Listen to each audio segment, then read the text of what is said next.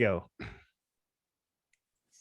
All right, so we should be live. So this is number 2 of our Zoom business networking tactics. We still haven't came up with the cool name. We got to come up with that. But anyway, my name is James. I'm here with Central Florida Connects. I have 2 great guests with us, and today we're going to be talking about social media strategies, posting, what's working, what's not, to give tips, tricks, and let you know what to avoid if you're trying to grow on social media. So we'll start it off with Alex. If you want to tell everyone a little bit about yourself, and a little bit about your company. All of our social medias and website links will be down in the description. So if you hear something and you want to go follow them, just check down the description and all the links will be there. Alex, welcome. Hi, how's it going? So my name is Alex Jones. I am a personal chef and caterer here. I'm actually going to share my screen if you can make that possible. Let's see. Still learning Zoom here. Threw a curveball at me. You didn't tell me this. Me too. I should have said something before.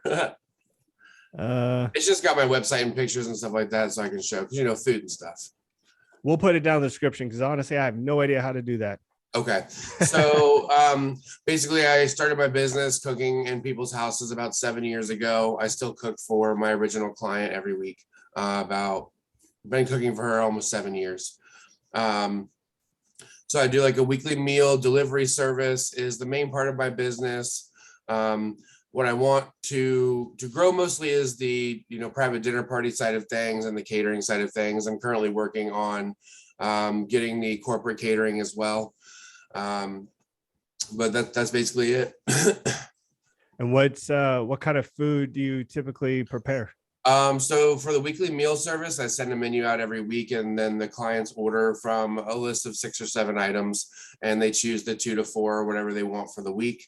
And then as far as the private dinner parties and stuff, I plan that as well as caterings with the client as we talk about the event. And then the corporate catering, I'm currently working on a menu that will be posted, and I will be making like trifold brochures for that. My thought is like eating around the world. So I would do, 5 different countries: Latin, Asian, American, European, Indian, and maybe another one as well. And then I'm just going to put about 10 items in each of those. So it could be something different, not your same chicken marsalas and chicken picadas and stuff that you get on most corporate catering menus. And do you cater to like vegan or carnivore? Absolutely. So I do all the diets: gluten-free, dairy-free, lectin-free, keto, paleo, Whole30, any diet you want. I have knowledge on it. If I don't, I'll buy the book. Oh, there you go. Well, I'm down almost 35 pounds on carnivore / keto. So I might have to hit you up for some recipes. Absolutely. I did keto for a little over a year myself when I got diagnosed with type 2 diabetes. I used it to beat that. The weight loss was great too, but it was mostly for that purpose. But yeah, anything you need, man, let me know. All right, perfect. And Jeremiah, how's it going? Jeremiah is actually driving. And so to avoid an hour of looking at his back seat of his car, he decided to go just to turn his camera off, but he is here. So Jeremiah, welcome, and tell us a little bit about yourself. Hey, I'm Jeremiah. I own Edge Computer Consulting here in Sanford, Florida. Basically what I do is any computer service that you need, sales, service, repair, networking. The big goal is to be an MSP or managed service provider to help those small businesses that can't afford a full-time tech to basically be, timeshare. Hey, we'll give you X amount per computer, manage it, make sure the patches are updated, make sure he has a good antivirus, make sure nothing's happening. Our equipment's dying, we need to know that as well. The big problem in my business is, everyone knows someone who does IT, but most of those people don't want to do it, or they don't do it right. Right. And it's always changing. So someone that, has been out of it for a little while, but used to do it a long time ago, it's not the same.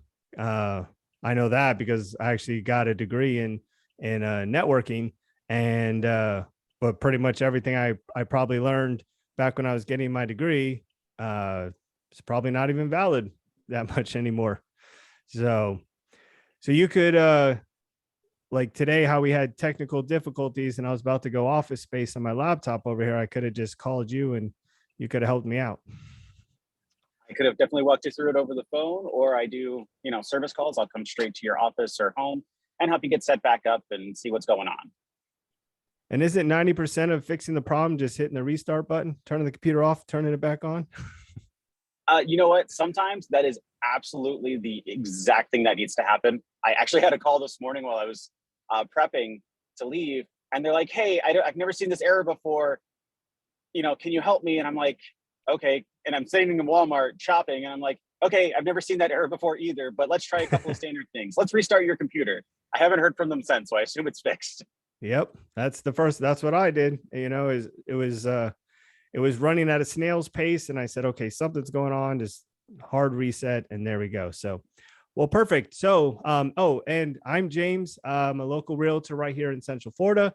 If you need help buying or selling anywhere in Seminole, Volusia, Orange, I am here and gladly able to help you. And just like you said, Jeremiah, I feel your pain on how everybody knows somebody. Same thing with the realtor. Everybody knows a realtor. And but hopefully throughout this podcast, you can kind of learn about me and my personality. And if you need someone, I'm here for you. And if not, it's all good.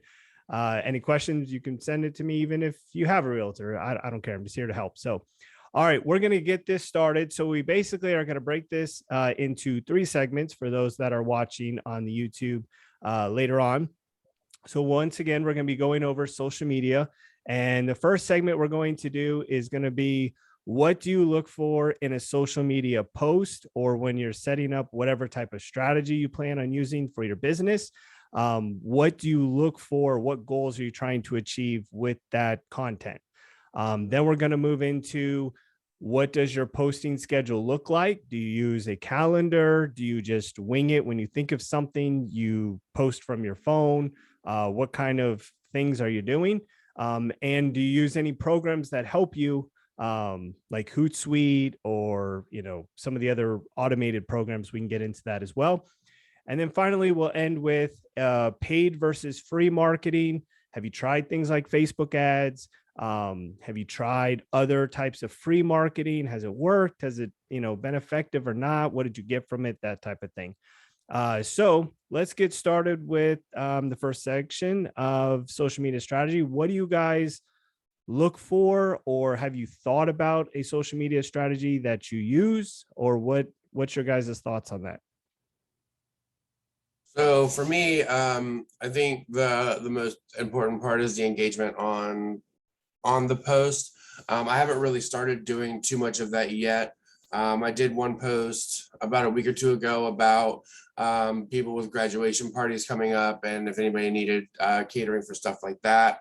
And I do stuff in the community as well. So I volunteered with the Edible Education project that's out of College Park, which is funded by the Emerald Lagasse Foundation. So basically they take underprivileged youth and they bring them, there's a garden outside. They let them talk to the gardener, they pick their own stuff, they bring it inside, and then there's recipes on the tables for them to cook. So I volunteered with that organization for a little while and posted pictures of all of that. Also, I have a good friend of mine whose son has autism, and I do a monthly cooking session with him as well, where we work on different things. He is a foodie and also wants to be a chef one day, so it's been a really cool experience, and stuff like that I like to post on there as well, community involvement. Now, when you create your post for for like the autism or something, do you typically include like a picture, a short little video, or is it mainly text? I generally always do pictures, a little bit about what the pictures are, and hashtags. The hashtag we use is hashtag meals with Jonathan. It's something that his father started, but what they do is they go to different restaurants or any type of thing, and he's just trying to raise awareness to what it's like to be out and eat with a child with autism. Have you ever looked up, I can't think of the name of it, but there's basically a website where you can go and you can look up um, what hashtags correlate with, like, let's say you want something with cooking. It'll show you like the top hashtags that relate or that people are searching when they're looking up cooking things or catering or I something. have not heard of that. That sounds like something I Yeah, should there look is. into. It's real big on YouTube because keywords are huge, especially like in the beginning when you're trying to grow. But you can look up like what are the top keywords, what are the top. You can either do overall or I'll try to find it, and if somebody who's watched. I have double screens. I got you, bro. Okay, so there is some things like that. Um, Jeremiah, what do you I mean, being in IT, do you post a lot or what's your game plan when it comes to social media? So I've only been in business probably about 2, 3 years. Okay. Currently, I'm kind of winging it, to be honest. It's difficult to get out there, and a lot of the content people really just don't care about. So I'm trying to, with my posts, I want to raise awareness of everything that's going on. Like I'm sure you've gotten those calls that say, "This is Amazon.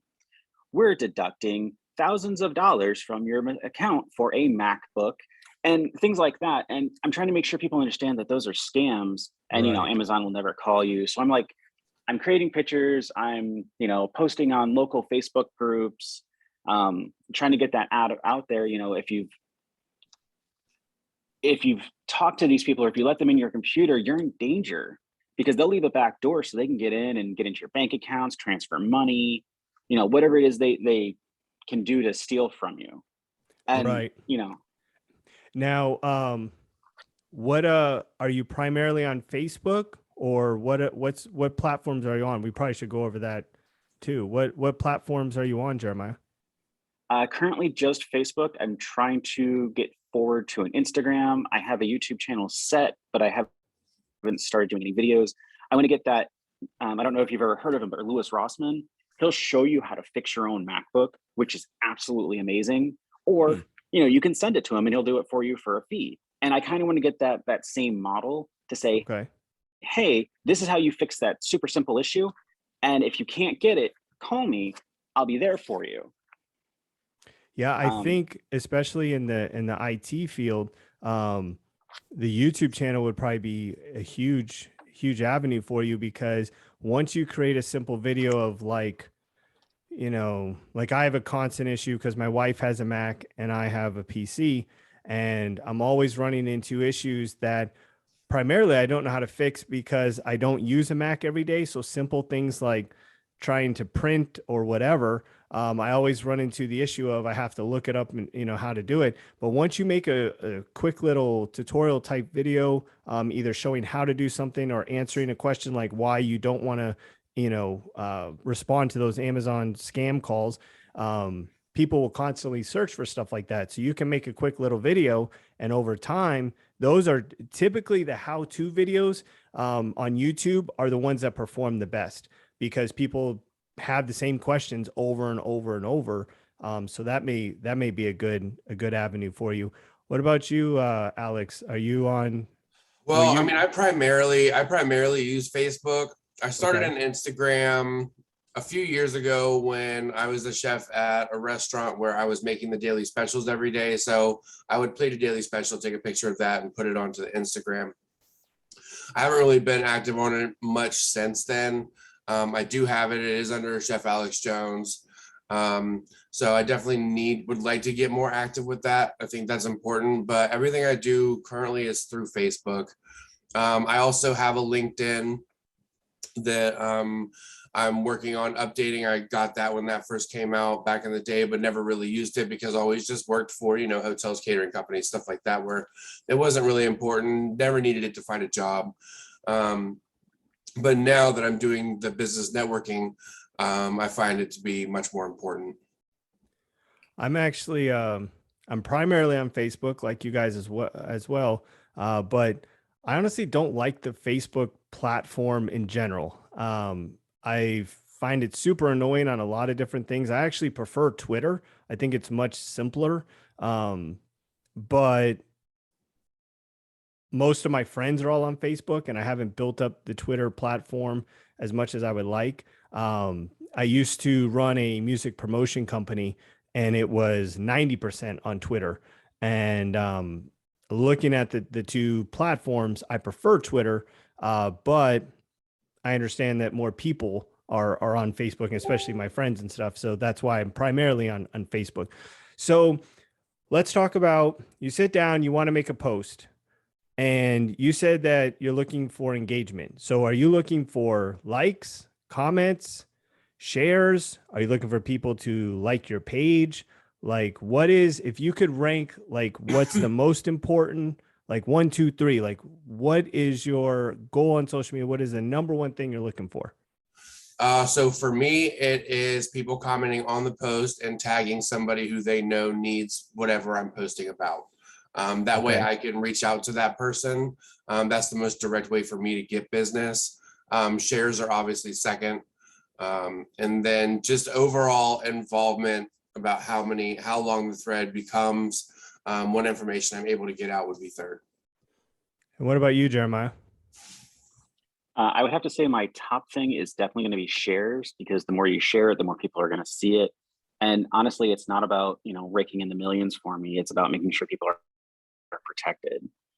So if it gets engagement, that's great. But getting eyes on it, that's where it is for me. Like I said, those scams are just everywhere, and there's so many of them. Right. And what would you say typically, like, so you make a post, do you set like a goal, like how many shares you like to see, or like your average, or what's kind of the engagement like on the stuff you're putting out now? What's a typical engagement like? I think my top post, I got about 10 shares and likes.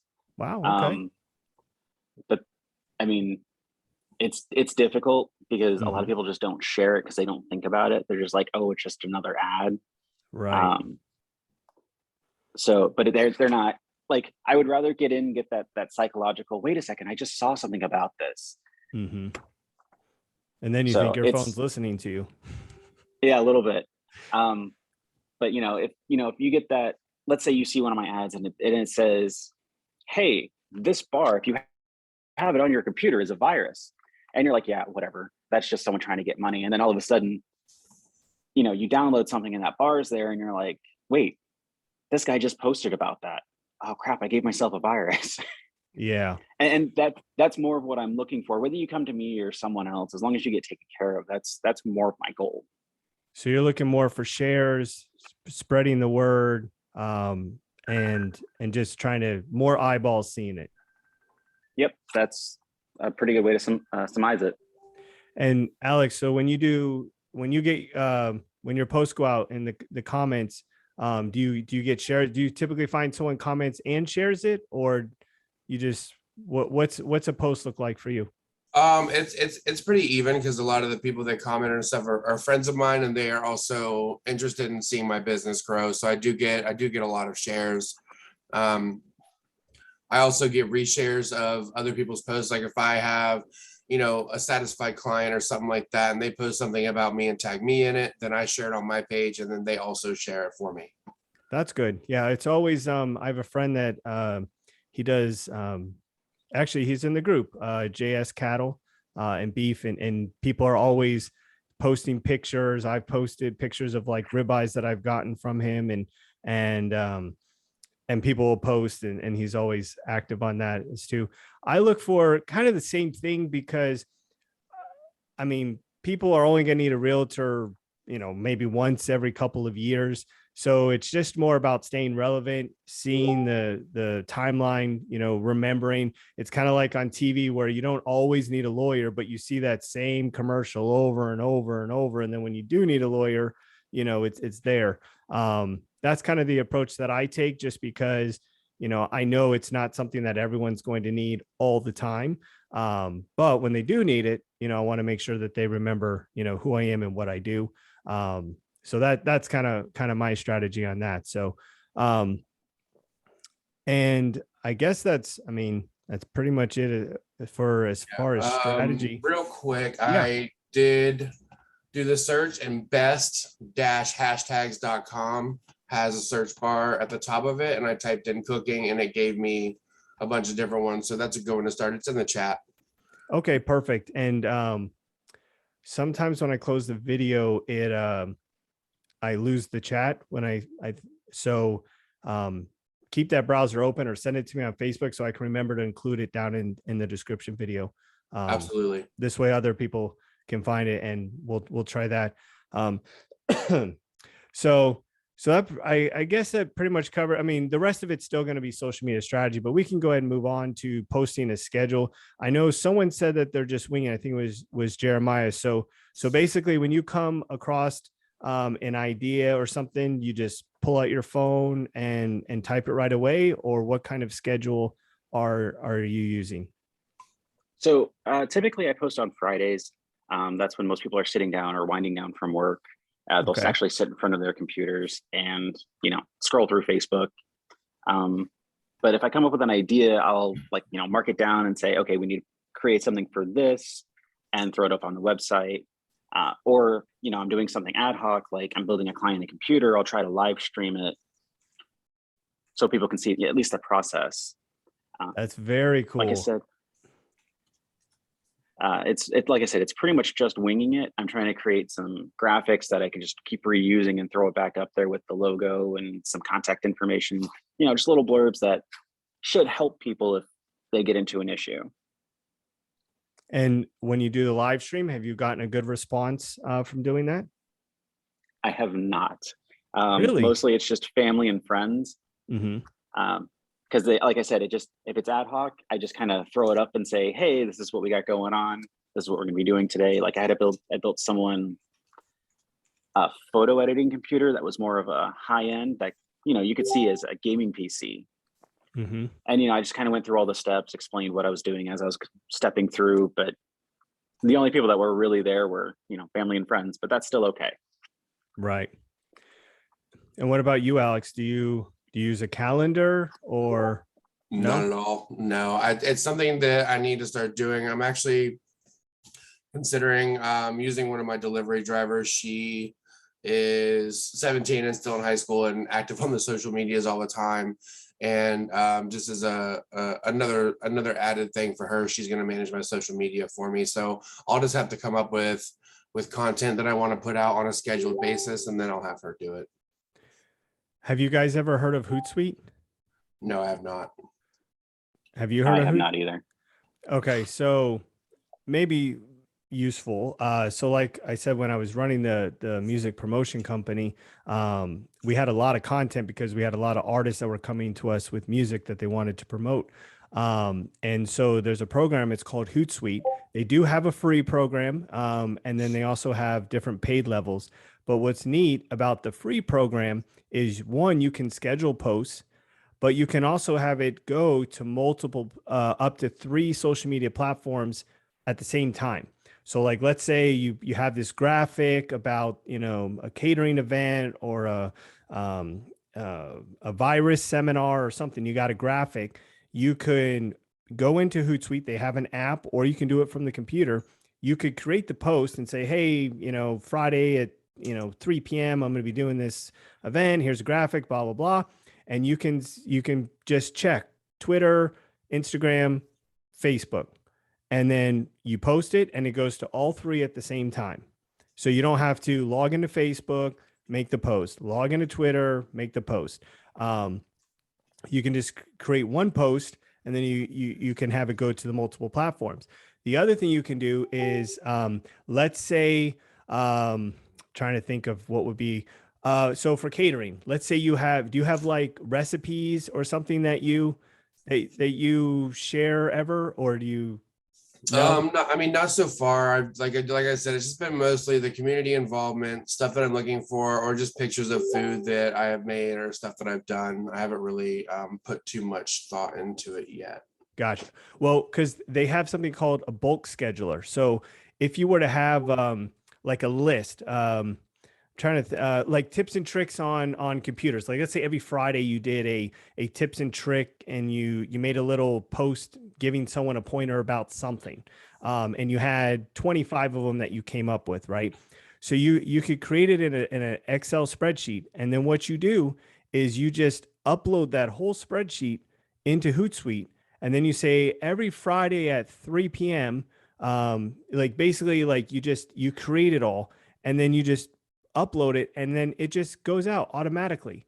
So you don't have to even really think about it. Like you just upload the file, and I think I used to have it a long time ago. It might be a part of the paid version, but they had another thing too, where you could post and you could let Hootsuite decide what's the best time based on the engagement you're getting on the post. It will pick the best times for you. So you don't even have to try to think, well, most people are getting off work on Friday, and so I'm going to try to post my content there, because maybe it's Monday morning when they're getting to the office, they're running into a computer problem. Maybe Monday mornings might be the best time for you to make posts. So they do have things where it will pick the times for you. It's called the bulk scheduler. And of course, with the paid versions, you get more. You can do like up to, I think, 10 or 20 social media accounts. But the free version, that's what I'm using right now for Central Florida Connects, is I have it connected to Facebook. You can also do the page or your personal, Twitter and Instagram, so that this way I can create a post and it goes out to all three. That's really cool. Yeah, I'm looking that up right now and put it on my computer. Yeah, to and look there's into. other Do ones. you remember roughly what the pricing was, or what their breakdown was for that? So Was it you can do affordable? it by the month or by the year. I know it's like, if you pay it all up front, it's like it's like 300 something for the year. It wasn't terrible. And that lets you do either 10 or 20. But what I recommend is, before you pay, start with the free one, because especially, I mean, you can get 3 social media platforms. You can learn the tools, you can learn how the program works, and kind of get an understanding before you jump right into the paid version. But what's also neat is they have a ton of classes, like online courses about social media. There's analytics. I really want to have a future episode on analytics of social media. I'm not that knowledgeable to host a seminar on it, so hopefully, we can, if we find someone who's really really good at it, we can have them on, because that's something I would like to learn more about, dissecting the analytics of the social media. But Hootsuite has a lot that will show you different trends and different things like that. But it's not too expensive, for, especially if you're wanting to schedule, like, let's say, you want to sit down for an hour and make 5 posts for the whole week, and then you're done. I mean, of course you want to engage with it, but at least have consistent content, because once a week, that might be tough, to stay relevant, on other people's time feeds, with just one piece of content a week, Yeah. It looks like, so from what I can see, they have plans starting from $49 a month. Yeah. So Going up to, like, I see $739 a month for Hootsuite Business. Hootsuite Team, Hootsuite Enterprise is $0. So I'm assuming that would be their free program. Yeah. And what you might be able to do, if you pay by the year, it's cheaper. But how you were saying you were going to hire, or have the delivery driver work on it, there might be a way to, and this would probably be a security thing Jeremiah could chime in on, but because if she's going to post, then you're going to have to give her access to your social media, where here you connect your social media accounts to Hootsuite, and then you could share the login information to your Hootsuite account without actually giving her your Facebook login, your Twitter login, and she could post and she can respond to comments, and she can basically do everything in Hootsuite on your social media without you giving her those logins. Huh. Yeah, so it says professional, team, business, and enterprise. Professional starts at 49, team is 129, business 739. And then it's the differences are 1 user, 3 users, 5 users, 10 platforms, 20 platforms, 30 platforms, or not platforms, but accounts. Yeah.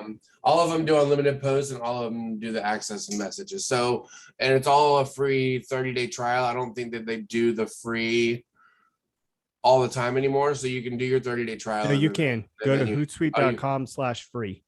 Oh, okay. Yeah. Fair enough.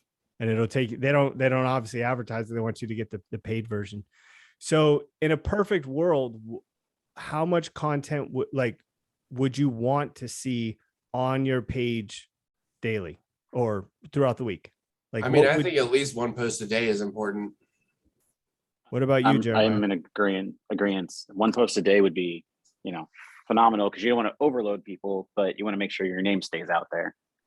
Right. And if I was doing something like Hootsuite, I would probably still post, once or twice a week with, photos or different stuff that I'm doing and stuff like that. And then just have my standard posts that go out on a daily basis, like what my current ask is, what I'm looking for, who I'm trying to target, and then change that as my targets change. Isn't it funny that how long does it really take to put together a post, right? Like, you could, if you literally just, someone said, I'll give you $1,000, you make a post right now to your business account, you probably could knock it out in 5 minutes, maybe less, right? Yeah, absolutely. And it's so simple, and I'm guilty of it too. I don't post every day. Highly underutilized tool. Yeah. And it's free. Like, it doesn't cost anything to post. And yet something so simple that, you spend more time eating breakfast than you could just make a post or sitting at stoplights throughout the day. But it's always been funny to me. It's like, it's something so simple, yet really very few people actually post every single day. And We I do don't know not if you guys condone listen texting and driving or posting and driving. What's that?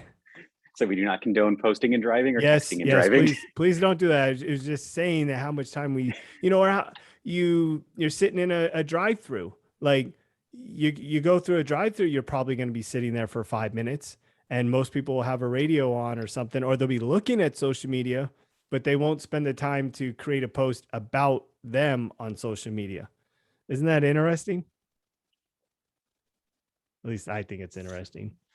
Oh, absolutely. So it's something simple. Well, that's a good segue then. So let's move on to our paid versus free marketing. Have you guys tried any of the paid things like Facebook ads, or what was your experience with Facebook ads? I did not do Facebook ads. I did Oh. Yelp, and they could never call me again. And so how much was it to advertise with Yelp? So and how long? theirs is based on a daily pricing thing. So when they set it up for you, you can add different options. You can have a Yelp business page without paying anything. But once you pay, basically they take other people's ads off of your page. They do, stuff like that to make you more relevant. However, I found that didn't really help very much, especially for the price. It was the program that I selected was about $450 a month. Wow. So which when you're starting a business is quite a bit. I did get a lot of activity on the page. I did get a lot of people reach out to me, but I found that for me, the way that it was set up, that people would ask for quotes on things, but I can't really give somebody a quote without talking to them, without finding out what their event is and finding out stuff like that. So for me, and also with that, like, I'm making all of these payments and everything that I'm booking is not getting paid for that day. Mm-hmm. So either there's a little deposit, or they're booking for a wedding that's a year away, or they're booking for a party that's 6 months away. So the revenue is not coming in immediately from the paid marketing. So I don't know that paid marketing is the route for what I do. I think that 90% of the growth of my business over the years has been just word of mouth, all organic. People come over to my client's house and have dinner with them, and they eat the food that I cooked for them. They want to find out how they got this food. I get calls through that a lot. The only other thing I've paid for is direct mail marketing. I'm a member of a BNI chapter here locally, and one of our visitors one day was with RSVP. His company was a mail marketing, and I did a consult with him right afterwards, and we worked out a deal, like a share deal. I cook for him, he lowers my price or whatever. So I was like, sure, I'll give it a shot. you got to remember with stuff like that, it's the rule of one. So, you say it goes out to, 50,000 homes, you're probably going to get like 500 that might be interested, and then you're going to get, maybe 50 to actually reach out to you. You're only going to get maybe, 5 or 10 that'll actually be worth something. But I did pull, I believe I signed a contract for 2 mailings. The first mailing, I still have, I believe, 2 or 3 clients from that, so it more than paid for itself, because my clients pay me weekly. So one client, pays more than pays for almost a year worth of the mail marketing. And then for this past one, updated my artwork, changed it a little bit, and I've gotten a lot more engagement this time. So, that's very important too. If you do that type of thing to, really work with the artist who's with that company, who's trying to help you build your postcard or whatever isn't going to be in the mailer, and make sure that it's effective. Because I realized that after the first time that there was people calling with too many questions, I didn't put a limit on my, so I did like a $50 off your first week's meals. I did put a deadline for it, but I did not say with a minimum order amount. So, basically people were calling for that discount and they want 1 meal. So basically I'm doing it for free, and then they're not necessarily interested because they don't want to afford it, or it's not for them. So by changing all of that stuff, it's been much more effective this time. So the Yelp was like $450 and a month. So the reason that way they got me is they had this advertisement for like a $300 credit to go towards something. I thought it would be like toward the first month's bill or toward this or that. That was not explained very well at all. I think that they do that on purpose. So then all of a sudden the first bill shows up and they've deducted like $50 out of that 300 to go towards what I paid for the month. So, after that fight and going through their support and all of the stuff and trying to get money back, because I made $0 off of the thing. I basically got a big old nah. So my experience Yelp with them wasn't real effective for you then. No, not for me, not for what I do. I'm sure it works for some people, but if you're starting a business, I think that it's not a worthy investment in the beginning. Once you have a consistent revenue coming in, I think that it can help boost that. But as far as like getting yourself out there, nah, definitely not. What about you, Jeremiah? Have you tried like Facebook ads, or what kind of stuff has been working for you? So mostly, just like Alex, it's kind of just word of mouth that's been working for me. I had some legacy clients that I picked up from my last position. They just didn't want to deal with the actual owner of the company anymore. They prefer to deal with me, so I got to pick up those contracts. I have tried some direct marketing. I didn't go through anybody. I kind of went and site scraped everything and said, hey, what are the small businesses in this area?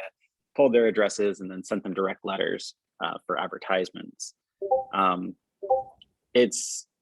I've talked to a couple of places, like those guys that say they'll create you a website. And I don't want to mention names, but oh my God, some of their contracts are just god awful. And that's talking about like where things. They say they'll manage your social media and stuff for $1,000 a month or something. Yep, those guys, or the ones that say we'll come in, we'll build you a website, and we'll make sure you're #1 on Google. By the way, no one can actually guarantee that. They're just blowing smoke at you. And then if you don't read it carefully, one company I had to deal with, and it was like a week-long thing, and I lost. They created one of my clients a website, and it states in the invoice they were creating them a website. But if you read their terms and conditions, all the websites they create belong to that company. So you'll never get your website. So everything that you paid them to build it plus host it, you'll never see that website. Wow. So yeah, that's another good topic we could work on a future episode is web hosting. And because that's one thing with Wix, I know when you build a website with them and you want to transfer it, I don't believe, someone can correct me if I'm wrong, but like if you build a website, you can't transfer it to another host. It's like on their platform. And you have to keep paying for it. And then once, you stop paying for it, you basically lose your website and you got to rebuild another one on a different platform if you're going to use another one. I haven't checked out Wix yet. However, I've done a number of WordPress sites, which are fairly simple. But yeah, I mean, we could definitely do a whole show on web hosting. All right, we'll book it. That's another reason why you need to subscribe to catch these future episodes. So none of you guys have tried Facebook, like paying for Facebook ads. I tried it a few times, and it did okay. But I haven't done it recently. I don't know if I did it exactly right, because there's a lot of choices and things that you need to do, and that's why I really want to do like an analytics type class of how to, because I try to pick my target audience, but it's kind of like direct mailing. I mean, I'm sure every time you guys go to the mailbox, you have a direct mailing from a realtor or some brokerage that's saying, hey, we're here, and so the competition is fierce. And so I don't know. I have mixed feelings on the direct mailing. I know agents that do it and have huge success. And then I know agents that have consistently done it and had zero success.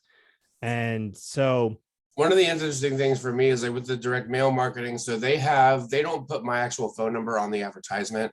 It goes through a Google phone number and it's used to collect data. So when they call on my phone, it says spam or whatever, but it says, I have to answer those now, but it says, RSVP call, and then it connects me to them through that. And then they're able to give me data on how well their product worked for me. But what I have found that since my website is also on the card, everybody they go to my website and there's a place for them to reach out to me there. So, I mean, I guess I still have that knowledge, but as far as I think that they're losing a lot by that, because they're not able to get accurate numbers because most of the people that have reached out to me have been through that personally. So the using the phone thing. Alex, can I ask you a question? Yeah. So when you're getting the calls or the things through the website, are you asking your clients, hey, how did you find me? Well, so when I get the phone calls, it tells me from that. So it'll say is a recorded thing that says RSVP call or something like that, and then it connects me to the person after that. As far as the website, sometimes I ask, sometimes I don't. I haven't really thought too much about that. I mean, I generally assume that since these mailers went out to 50,000 homes, that what happens is once the mailers go out for about that 2-week period, I get an influx because, people go through them as they get them in the mail and they either keep them or throw them away. There's not going to be a huge amount of people that just like put it on their fridge or that put it away till later. Either they look at it and it's in their hands right then, or, that's pretty much where it's at. But that still has gotten me, probably 15 to 25 hits for this past mailing. So, yeah, I haven't thought about that too much actually. So let me ask you guys a question. So you mentioned that when you created a post, going back to the first section, was that you were looking for shares and engagement. So if you were to say, okay, I created this post and it were to get X amount of shares, I would be willing to pay X amount of dollars to get that. What would be like just like a scenario that, like if you sent out a post and it got 100 shares, what would the value of that be for you? I mean, $1 a share. So you pay $100 to have 100 shares. 100%. Okay. What about you? I'm just curious, Jeremiah. Honestly, shares are probably going to be closer in that 10-cent range, because even though they're sharing it, you can't guarantee that anyone's really looking at it. They're just kind of scrolling past it. It's always great to see, but I like to be reasonable. And you always got to be careful because who is actually sharing it, and friends and family are great. Old clients are also great. But I don't think with those shares, sometimes you actually see what comments are being said. Yeah, but a share, when someone shares it, then all of their friends now see that. I just looked this up, so this is on the spot. But what do you think? And no typing in, Alex. What do you think is the average number of friends somebody has on Facebook? I'm going to go with 35. Probably 30. low. So you think the average person has 35 friends on a personal Facebook page? Yep. Okay. That's And what probably about you, really Alex? low. But I would say around 500 probably. So according to what I found, it was 338. So if let's say you got 100 shares, right? And there was 338 on average, then that would be roughly almost 35,000 people that post would at least show up on a timeline. and where- you're not wrong. But even though it shows up on a timeline, let's talk about Alex for a second, or even myself. Some of those people aren't even going to be in your area. That's Correct. exactly, that's exactly what I was going to say. After that, it's not targeted at all.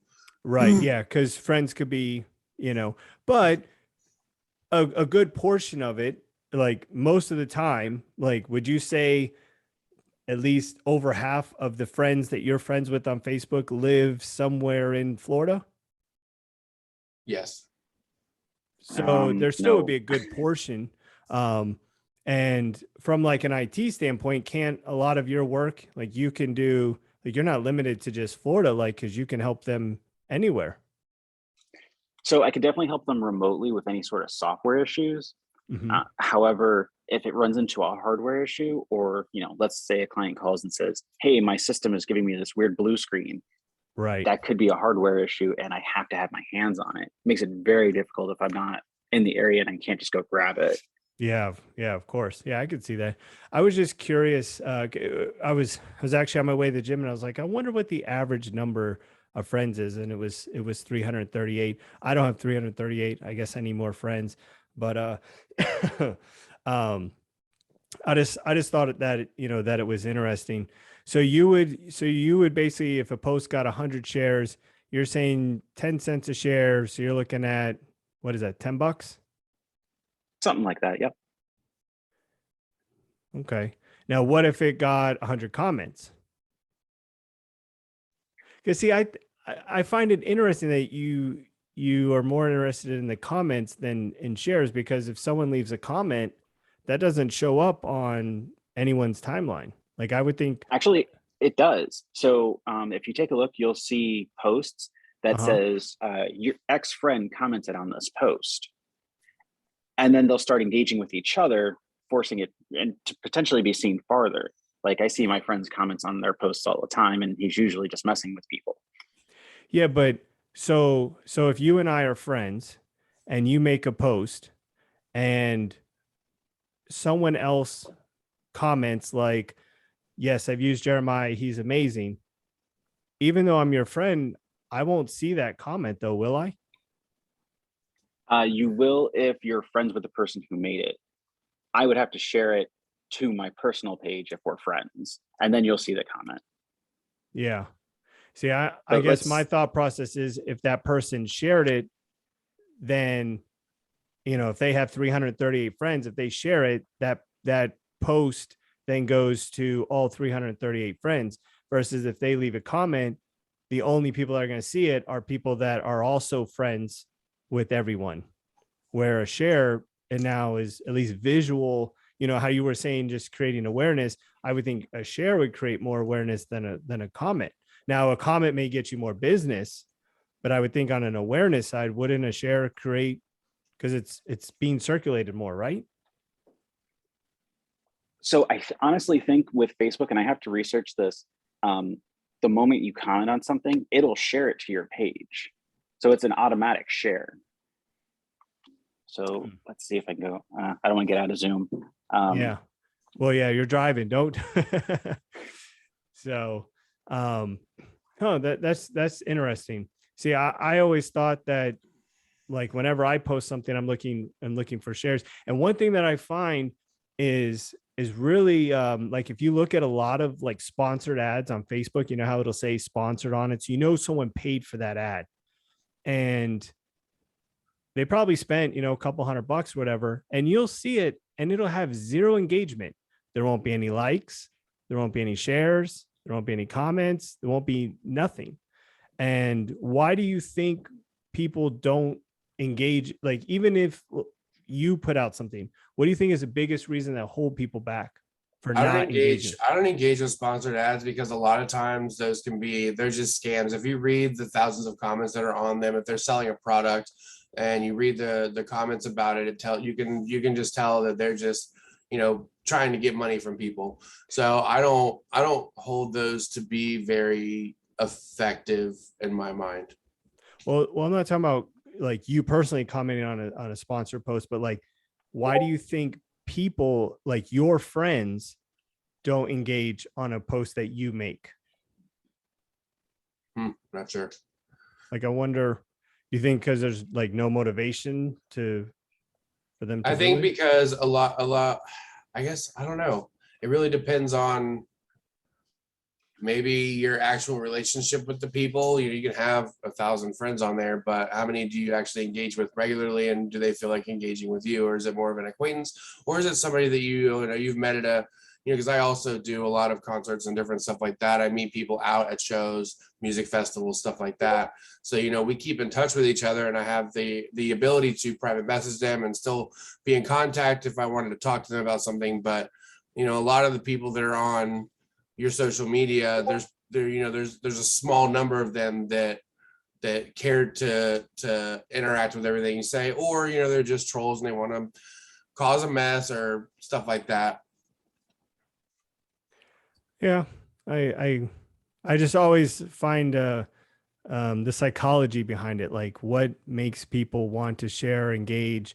You know, how could we improve it so that people do want to interact more? I always just find that part of it fascinating. So we'll end with this because I know we're about almost at an hour here. So you have a magical wand, you find the perfect person, and they say, okay, I'm going to take care of all your social media. I'm going to create one post a day, and whether you want shares, comments, whatever, I'm going to get you all of that, and it'll cost X amount of dollars. Would you ever pay for someone to take and do that? And what would be like, I ain't paying more than this? So for me, if I could find that magic wand and they could do, you know, they can handle the social media, I would probably, honestly, about $500 a month, assuming that the business can handle it. Mm-hmm. That's, you know, roughly 5 hours of work. So I think I that mean, would proof be, is in the pudding. Proof is in the pudding. If I try it once and it works, I'll keep doing it. If it doesn't work, gotta go. And so let's say you start $500 and you notice you're getting, you know, double the business you thought. Would you expand it? Until it doesn't work, yeah, absolutely. yeah, I mean, that'd be a no brainer. If you're getting more business than you thought you would easily double it until you figure out where it is or And where you what can if dial it someone into. said, okay, $500 a month, but I'm going to need 6 months to build it up, and, you know, so that we're consistent and we grow our audience because we're at X amount of followers and we really need to grow it to get that, you know, to recoup the money back to you. We're going to need 5 times that followers. You know, so it's going to be 6 months. So now it's $500 a month, but what would that be? 3,000. Would you say yay or nay? At this point in time, I'd have to say nay. Nay. Yeah, I'll agree. I had a gentleman actually offer me that exact same thing, redo my website, manage my social media. I'm not selling anything. I want people to know I'm not selling any type of thing, but I'm just trying to see where people's thresholds are, and that's the goal of this. So go ahead. I'm sorry, I didn't mean to interrupt you. It's all right. No, so I mean, he offered it. And, again, you got to look at those contracts. You got to look at the FAQs. You got to look at what they did for previous clients. What happens if you decide to terminate? And so a lot of those, unfortunately, the contracts with them, at least for me, when I read them, they're not client friendly. When they're executed, they're executed horribly. And they actually can't, do what they say they're going to do in those contracts. Mhm. They can try to be consistent. They can say, well, if you give me 6 months, I will get you to that 5,000 followers. But what happens if they don't? Are they going to give you back your money? Yeah. And they're not. Right. Because they're going to say, well, they invested the time in doing it. And yeah, it's like one of those things where, it's hard to guarantee it, but you also don't want to pay for something that doesn't basically get you what you want,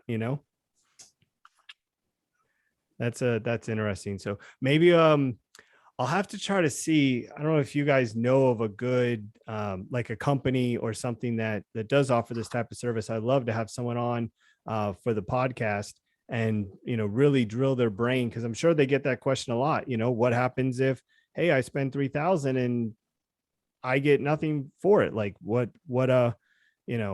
type of refund policy do you have? So I'll have to try to find a good person that would make a good guest for the podcast. And we'll have to have you guys on too. I could see conversations going really well for both of you guys, because I love food. And so we could definitely talk there. I make a mean ribeye. And I actually, in a previous YouTube channel I also built a computer, and I did it. This was really before live streaming, but I basically had no idea how to build a computer and turned the camera on and recorded the entire process.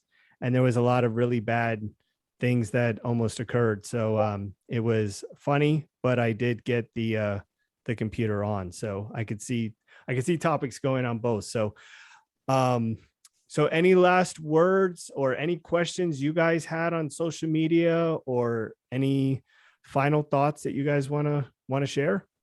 I mean, the whole podcast was worth it for me to find out about the Hootsuite. So, and it's, I'm not a super shy person normally. Wasn't sure how it was going to go in the beginning. Don't like being on camera. But at the end of the day, it was an enjoyable experience.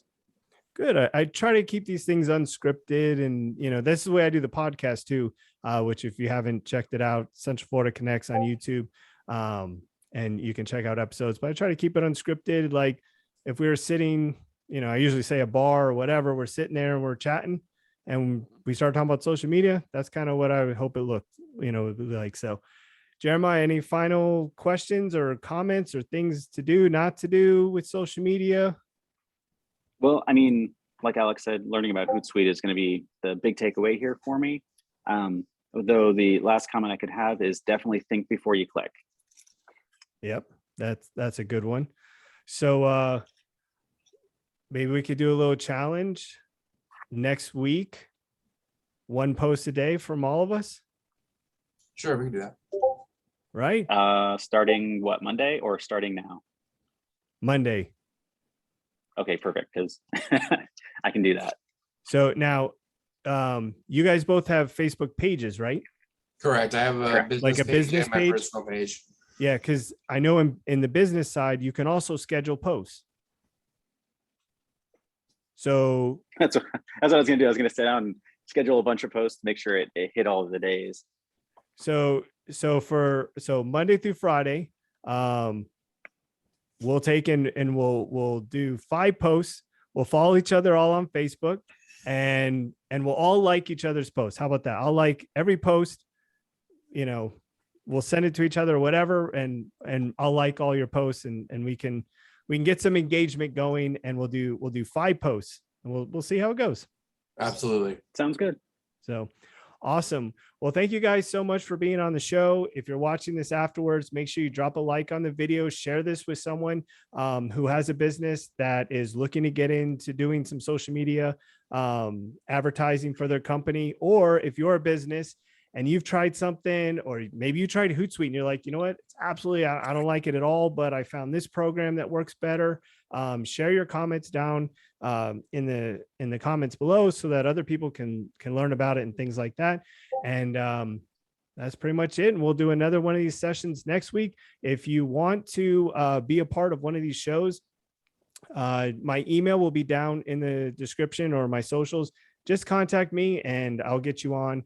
Especially, you know, if you own a business right here in Central Florida, the whole point is to connect with business owners and help everybody grow. So thank you guys so much for watching, and we'll see you next week. Thank you. Have a good one. All right. See you later. Have a good night.